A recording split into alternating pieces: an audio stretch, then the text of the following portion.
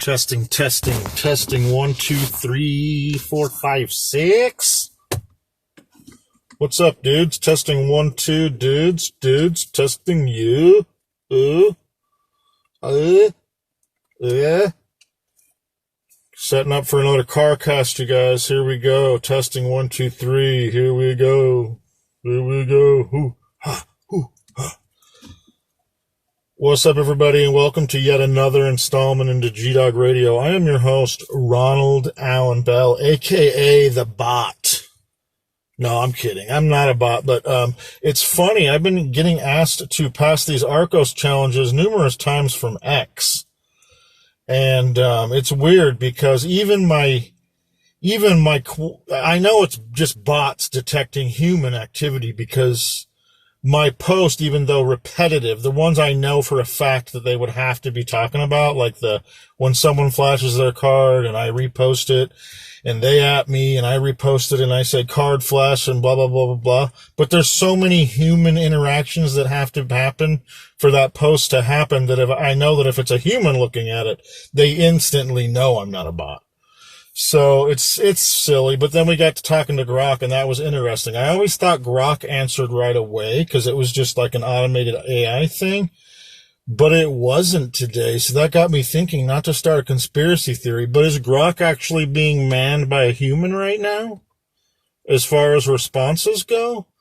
Like maybe you hit Grok in your feed, and obviously Grok does your images and stuff when you make a post, but is the Grok responder a human right now for some reason? I don't know. Maybe they're testing something, but things just seem weird. I've been asked to pass now like 6 Arcos challenges in a week, and 3 of them were after I had returned someone's card flash. So I know for a fact that's something it's flagging, but that's a post that requires someone to make a post and tag my handle, me to hit quote tweet, write a quote, and then post my quote over their flash. And that's what we call returning the flash. So there's no way a bot could do, or maybe I don't know. I'm ignorant to bots too. So they might be looking at my responses saying, what an idiot. But, nonetheless, that's just my understanding of it. And what are we talking about? What are the bots? Is this the sex bots that, like, when I make a post or comment on someone's whatever, and then I get a like and I go to see who the like is, and it's somebody's OnlyFans page, that's a bot, right? Like, my account is obviously not that. And I don't, the only ats I'm adding are ats that at me first. So, I don't know. Who knows? It's annoying though. It's annoying. I pay for the subscription. It's bugging the crap out of me. I was thinking about getting the, organizational thing that's like, it's not cheap. It's like $116 a month. But then right when I was thinking about it, I got asked to do another Arcos challenge. And I'm like, no, I'm not dropping that kind of money. And then having some troll be able to, whatever's happening, like maybe some trolls just, commenting or contacting Twitter or somebody who doesn't like G-Dawg or I rubbed the wrong way. If that's going to happen, no thanks. But I think we're okay. I think we're good. Ironically enough, I went into my email just a minute ago, and they just charged me for the monthly subscription. And I replied back to X. I said, thank you, love the service. Whatever. Who knows? Maybe someone is attacking X's verified users. That's another thing I came up thinking of to add to the conspiracy twist because of political reasons. And that's the perfect segue into today's episode, guys, because what I'm doing today is I'm going to read the news, the crazy news off the internet. And you guys know I'm an apolitical being. I've been on both sides. I've been fooled by both sides' bullshit in the past. And now I just kind of resign myself to hopefully make money off whoever is in the White House. I've been honest with people. Some people might not like this. I've always been a fan of Elon Musk as an engineer. As I said, I'm apolitical, so I'm not going to say I agree with everything he does politically because I'm not really in the game enough to even say I know, you guys, to be honest. But I have been a fan of his as an engineer. I'm definitely a fan of his as far as his aspirations for space travel go. So I don't know. Maybe that drew the ire of some. I don't know. Isn't it a weird thing, right? But leave us alone, guys. We deal in trading cards. Fuck off. Anyway, like I said, today what we're doing is it's going to be Ronny reads the news, And I'm just going to open up my internet search browser that I have here in my car with my little mini lamp from Target. No, Target is not a paid sponsor. That's where I live and shop for some reason. Let's see here. Okay. This is a good one. First one we got, let's click in, is Luka Doncic's Pick Your Poison impact summed up perfectly by Dorian Finney-Smith. So, now that's boring. I don't care what they say. You guys know I love the Lakers, but we do enough Lakers. Let's get some political stuff because I don't talk politics. Oh, we got weather first, though. Phoenix area to see strong winds blowing dust as temps begin to rise. We were talking about dust devils yesterday here, guys. Let's see what's going on here. Watch for heat warnings, fire risk, and blowing dust this week as temperatures rise and winds pick up throughout much of the state. Windy, dusty conditions were forecasted to blow across much of southwest Arizona on Monday, accompanied by warnings for possible wildfire conditions. Is this from like the summer? What are we talking about here? This was posted by Arizona Republic an hour ago. Okay, I'm already calling BS. Let me pull up AZ weather for this week because it's beautiful out. What are we talking about? We just had rain for 3 straight days. Okay, Monday we hit 92. That's warm, but that's not fire warm. Yeah, I don't know. It's going to be a little drier. Yeah, I don't know. Who knows, guys? See, doesn't just everything these days just seem like BS, especially in the news? I don't know if it's like lazy reporting or if it's all like politically motivated or what. It's probably a little bit of both. Also like millennial style reporting. All right. Dang it. We're on from weather. Let's go to the next pop-up news, you guys. This is the stuff you see before you enter which website you want to go to. Here's why you should buy Tesla. Now is the time to buy Tesla. This is from Zax.com. Let's see why they say now's the time to buy a Tesla.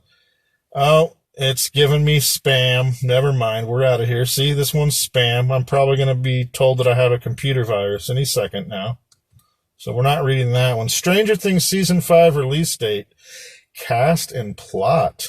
See if we do get all of those things. That's exciting. I'm a huge fan of Stranger Things. The long-awaited 5th and final season of Stranger Things is on its way, marking the conclusion of the globally popular series that debuted in 2016. It has been a minute, huh? Nine years. So Millie Bobby Brown, who started the show, as I think, was she even a teen? Or I think she might have been actually like 11. Is now an adult and making men feel weird. Because time just flies, doesn't it? I saw her in a magazine the other day and I'm like, that's an attractive woman. And then I said, Millie Bobby Brown. I'm like, nope, no, it's not. That's the kid from Stranger Things. Sorry, guys. I'm just admitting one for you anyway. Ronny reads the news. So you never know what's going to come out of the news. I had nothing to do with them. It had everything to do with me. PepsiCo buys prebiotic soda brand Poppy to gain a foothold in functional drinks. I was just thinking about sodas and how it's like basically a chemical we're drinking. Well, you can get the real soda with real sugar, and I say that's better than the chemicals, but cane sugar is not good for you. It's all just crap. So this is interesting. So Pepsi's buying Poppy. PepsiCo said Monday it's acquiring the prebiotic soda brand Poppy for $1.95 billion. Who the fuck knew that Poppy was worth $2 billion? I think I tried that once. It wasn't that great. The acquisition gives PepsiCo a fast-growing brand in the popular functional beverage category. Why are we calling this a functional beverage? Because it's not just a chemical. It has vitamins that actually serve a function to your body. Is that why we're calling it a function? PepsiCo said the transaction includes $300 million of anticipated cash benefits, bringing the net purchase price to $1.65 billion. Allison Ellsworth, the co-founder of Austin, Texas-based Poppy, said the combination with PepsiCo will expand Poppy's reach. Poppy, if I'm not mistaken, was a Was that a Shark Tank thing? Which I've just grown to hate those. No offense to anybody. It's just become cheesy, that show to me. I used to love it, but it's like, it's done, guys. New show, next show. All right, next news article, guys. We'll do a couple more and then we'll call it good here. Gold prices are soaring. Is it a good investment amid the stock sell-off? Let's see. I say it is. And actually, I am enrolled right now. Every deposit you do with Robinhood, even $1, even if they're all just $1 deposit, every deposit you do this month, if you're a gold member, gives you an entry to win an actual gold bar. And then I think they're giving away like 1,000 like quarter-size bars of actual gold. So just a little side note. President Donald Trump's tariffs sent stocks tumbling, blah, blah, blah, but the uncertainty helped propel a different asset viewed as a safe haven, gold. That's true. The price of gold topped $3,000 per ounce for the first time ever. Wow, I didn't know that last week. And the precious metal continued to hover around that mark in early trading on Monday. Must be why I have a little bit of money that I put into an IRA just to have one because it's an option on Robin. And you can have as many of them as you want. You just can only put in like $7,000 each one each year. And I know the price never fluctuated, even though a lot of my stocks that I know I had in there went down because I never actually open it and look in it. It just has a little bit of money in there. And then I use my trading account. I just lost interest in it. Maybe, I'll figure it out some other time. But the reason it didn't go down is because of gold. I had some gold in that. It's like one of my few accounts that I actually had stock and gold in. And the gold helped, because of the increase in gold, it held everything else up. So just a quick factoid there, you guys. So, yeah. I don't think that makes it. If that's the highest price it's ever been at, then no. I wouldn't recommend, not to my listener, not to the little guy.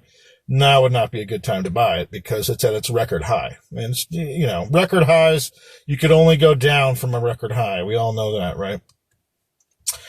So anyway, wait a minute. I think Barrick Gold, I was buying in at about $17 a share. And you check out what that's at. If that's hovering around 17 to 20, I think they're a good buy. I'll say that. All right, guys, one more news reader here. What's next in the pop-up news? It's not letting me. 7 ways to retire comfortably. Yeah, we did enough finance stuff. Let's see here. One more good story, guys. Is there anything? Mesmerizing ASMR assembly of the rising freedom Mecca. I don't even know what that means, so we're going to read this. Nope, it's just videos. Never mind, guys. This sucks. Now they're not going to give me any printed news. Now that I want to read it. 25, just bond spreads rose to the highest level in 6 months. More stock stuff? White House. World is very close to peace in Ukraine. Let this one take us home, baby. The White House believes that U.S. President Donald Trump is determined to end Russia's war against Ukraine. And I'll just say real quick, guys, on a side note, if that happens, the stock market's going to soar. Because that'll be the best thing to happen to it since the war started. Hasn't been good for the world economy and the stock market, the war hasn't. Despite high, we could have been even higher without the war. But it's determined to end Russia's war against Ukraine, and the world is now on the 10th yard line of peace.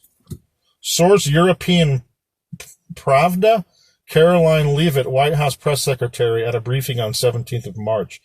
Details, Leavitt said, we are on the 10th yard line of peace, and we have never been closer to a peace deal than we are now in this moment. And the president, Trump, as you know, is determined to get one done, Leavitt added. Later, the White House spokeswoman, when asked about the possibility of imposing further sanctions on Russia, said that Trump had floated this idea and certainly is willing to if necessary. At the same time, Leavitt said that she would not get ahead of the U.S. president in announcing specific measures. Smart not to speak for him. I think people have learned the hard way. It'd be a good thing, guys, whether you like the president or not. That would be a big deal if the war ended, and that's what I'm rooting for. Like I said, I've learned to become apolitical. You just try to play the money game, guys. Take care of your own future, because at the end of the day, all their lies and stuff and fooling you equals them making money. That much I do know. But anyway, that's Ronnie Reads the News, guys. A new way of doing G-Dawg Radio. I hope you guys enjoyed it. I'm going to try to make some more new music later. but I wanted to come in and say hello and just talk about those few things that are going on. G-Dawg loves you guys. You're listening to G-Dawg Radio.